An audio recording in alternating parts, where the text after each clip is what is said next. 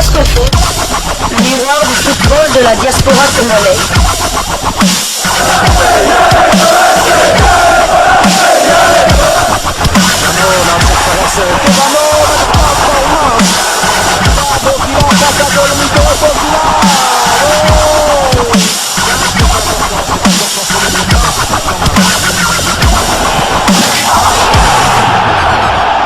Diascofoot, le miroir du football de la diaspora congolaise. Vous êtes sur Diascofoot, le miroir du football de la diaspora congolaise. Diascofoot vous dit bonjour, tout le plaisir est pour nous de vous retrouver, mais surtout de savoir que vous êtes nombreux en train de suivre votre chaîne YouTube dédiée uniquement aux footballeurs de la diaspora congolaise. C'est l'heure de partager avec vous quelques informations que nous avons pu récolter pour vous dans le cadre de votre chaîne YouTube Diascofoot, parce que nous sommes le miroir du football de la diaspora congolaise. Et vous le savez, les éliminatoires de la Coupe d'Afrique des Nations CAN Côte d'Ivoire 2023 vont se poursuivre ce mois de mars. Et les léopards de la RDC qui sont engagés dans ces éliminatoires vont affronter doublement la Mauritanie dans le cadre de la troisième et quatrième journée de ces éliminatoires. Sébastien Desabre, le sélectionneur manager de notre équipe nationale, a publié sa liste de 42 présélectionnés. Et parmi ces 42 présélectionnés, un certain nombre de nouveaux joueurs vont donc découvrir la tanière des léopards. Et nous allons nous faire un plaisir de vous les faire découvrir compartiment par compartiment. Alors aujourd'hui, nous allons vous proposer les quelques joueurs, des nouveaux en tout cas, qui se retrouvent dans la présélection de Sébastien Desabre, qui sont à vocation défensive.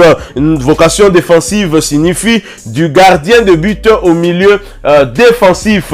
Ensuite, nous vous parlerons certainement des joueurs à vocation offensive, du milieu offensif aux attaquants. Et pour l'instant, nous parlons de ceux qui sont à vocation défensive. Et nous allons débuter par le nouveau gardien de but, Esdras Kabamba, qui figure parmi les 5 gardiens présélectionnés par Sébastien Desabre. Le gardien de 21 ans, ancien gardien de l'AC Rangers, club évoluant en Vodacom Ligue 1, championnat congolais de première division, évolue actuellement en Angola dans le club de Bravos Domaki, un club que les Congolais connaissent très bien puisqu'un un international congolais a également évolué de ce côté-là. Rappelez-vous, c'est Joyce Lomalisa qui d'ailleurs a été transféré de ce club au club de Young Africans en Tanzanie. Lomalisa qui a d'ailleurs été battu doublement par le Daring Club Motema Pembe dans le cadre de la Coupe de la Confédération africaine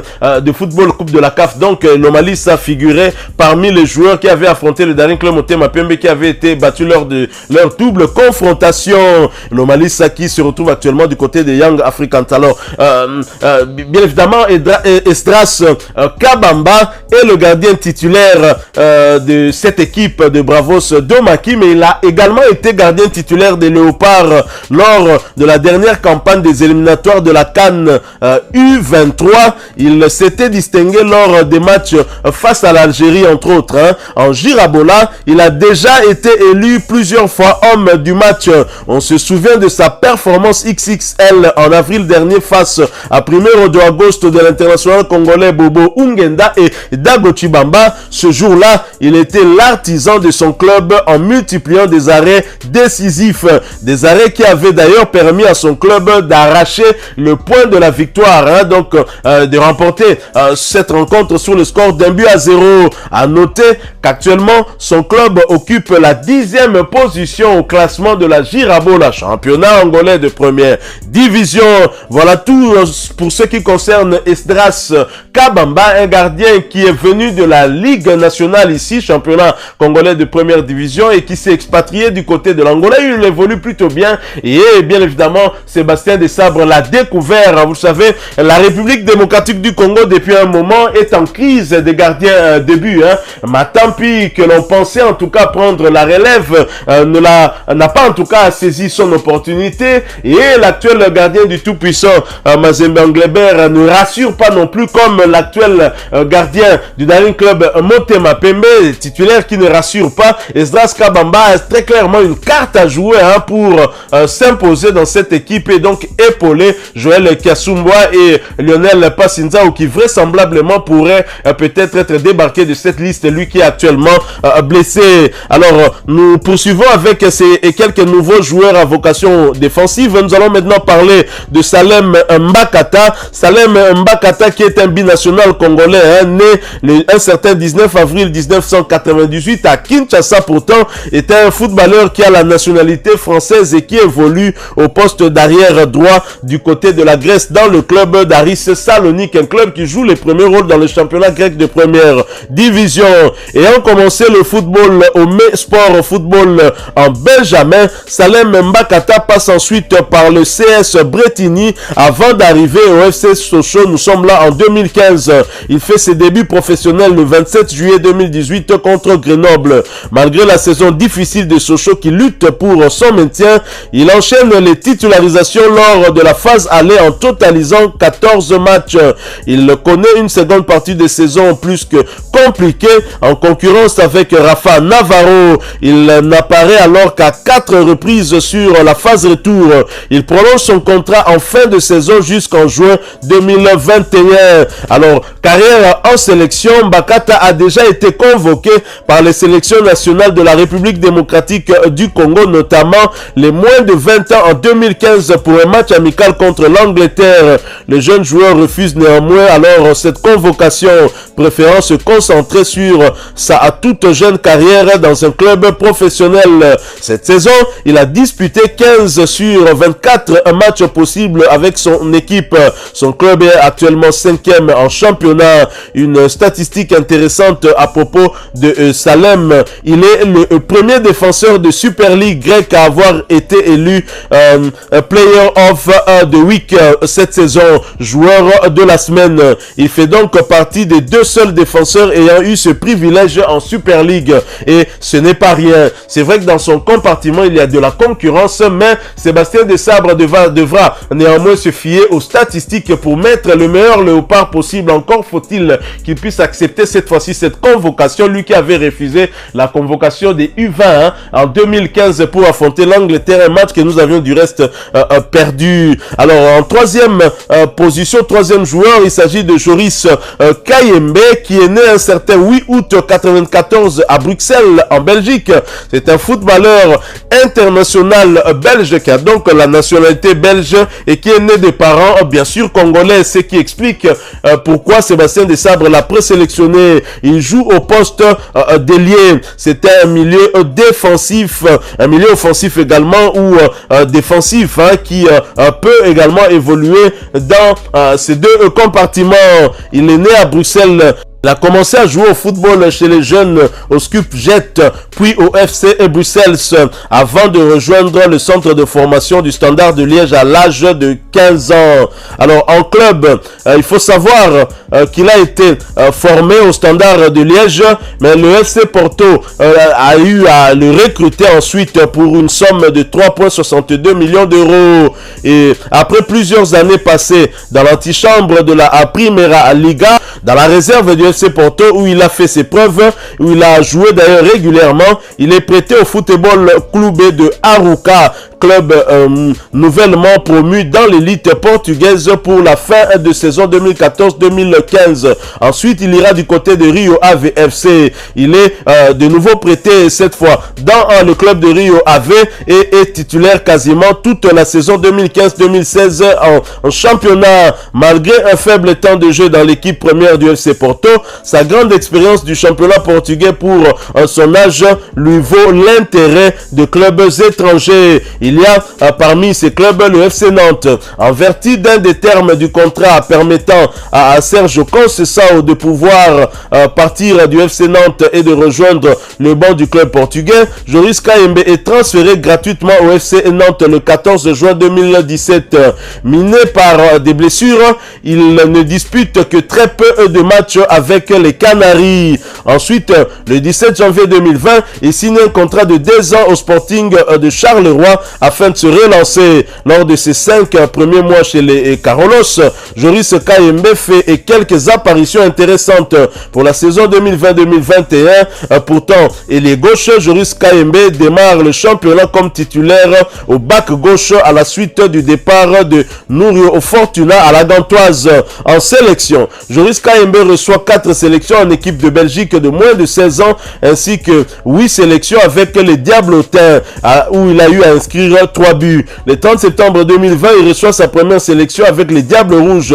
Il joue ses premières minutes en Diable le 8 octobre 2020 lors d'un match amical contre la Côte d'Ivoire. Il a été monté en jeu à la 89e minute. Il peut toutefois toujours évoluer avec la République démocratique du Congo, son pays d'origine, vu qu'il n'a pas joué un seul match officiel avec la Belgique. Et cette saison, du côté du championnat belge de première division, il a disputé 26 matchs sur les 27 possibles avec son club, le Sporting Club de Charleroi. 4e joueur, c'est Tristan Muyumba. Il est né un certain 7 mars 1997 à Paris. C'est un footballeur de nationalité française qui joue au poste de milieu défensif dans le club de Guingamp. Il a été formé dans les Hauts-de-Seine puis à Monaco.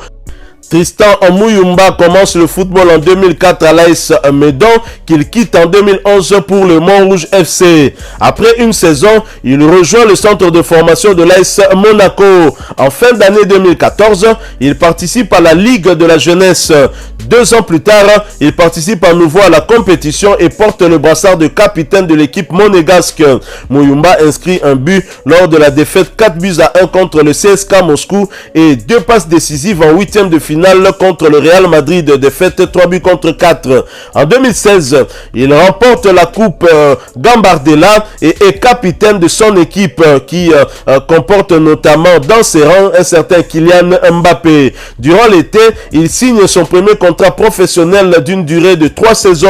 Le 26 avril 2017, il est titularisé lors de la demi-finale de Coupe de France perdue 5-0 face au Paris Saint-Germain. Il a ensuite été prêté du côté du Cercle de Bruges. Le 30 juin 2017, il est prêté pour une saison au Cercle de Bruges en Belgique, club partenaire de l'AS Monaco à l'instar de Guevin et de Jonathan Mexique.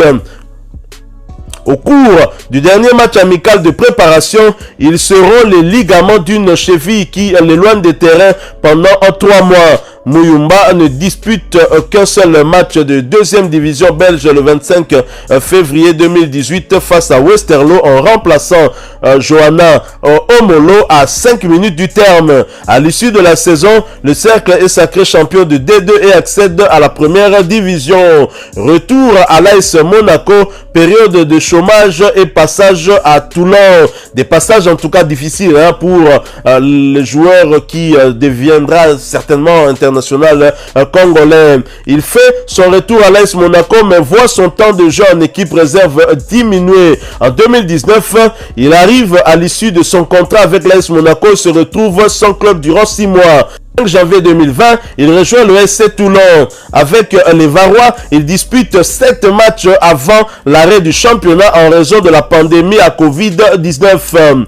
À l'été 2020, il rejoint Guingamp où il signe un contrat amateur. En raison des blessures des titulaires, Bazdarevich le convoque en équipe A avec qui il s'entraîne exclusivement. Le 21 octobre 2020, il signe un contrat professionnel d'une saison plus 2 en option. Pourtant, Muyumba doit attendre la nomination de Frédéric Bompard à la tête de l'équipe pour disputer son premier match de Ligue 2 le 2 mars 2021 face à Clermont. Durant ce match perdu 0-5, il entre en jeu à 20 minutes du terme à la place de Yannick Gomis. Alors que Bompard lui promet une titularisation le match suivant face à Ajaccio, Muyumba contracte le Covid-19. Alors que l'équipe enchaîne des meilleurs résultats, il peine à retrouver sa place et doit attendre l'ultime journée du championnat à Niort pour être titularisé. Au cours de ce match, il inscrit son premier but en professionnel dans le temps additionnel pour sceller la victoire des siens sur le score de 2-0. Après la nomination de Stéphane Dumont, l'option de prolongation de son contrat est levée. Lors de l'exercice 2021-2022, il réalise sa première saison pleine en professionnel avec 31 matchs au compteur. En cinquième et dernière position, nous avons Peter Wane, né un certain 4 avril 1998 à Kinshasa.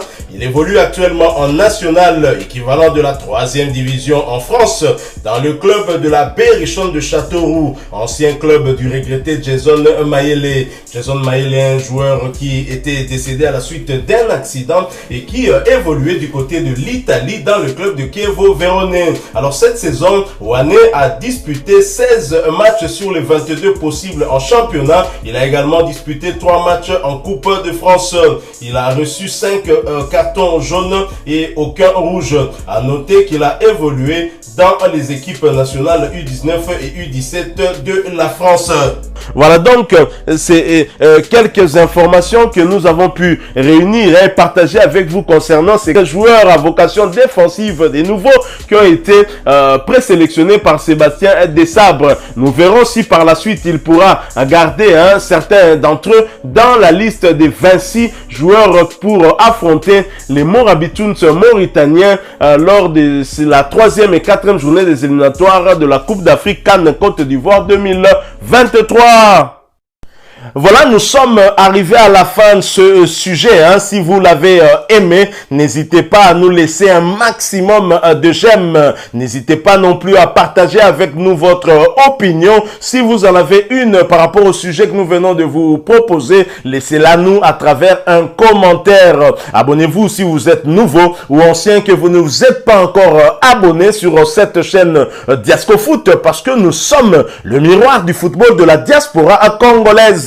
Et n'oubliez pas qu'en vous abonnant apparaîtra une petite cloche de notification. Cliquez dessus pour ne plus rien manquer des prochaines vidéos que nous allons vous proposer. Encore une fois, merci à vous, avec espoir de vous retrouver très bientôt avec un autre sujet d'actualité. En attendant, portez-vous bien et Diascofoot vous dit au revoir.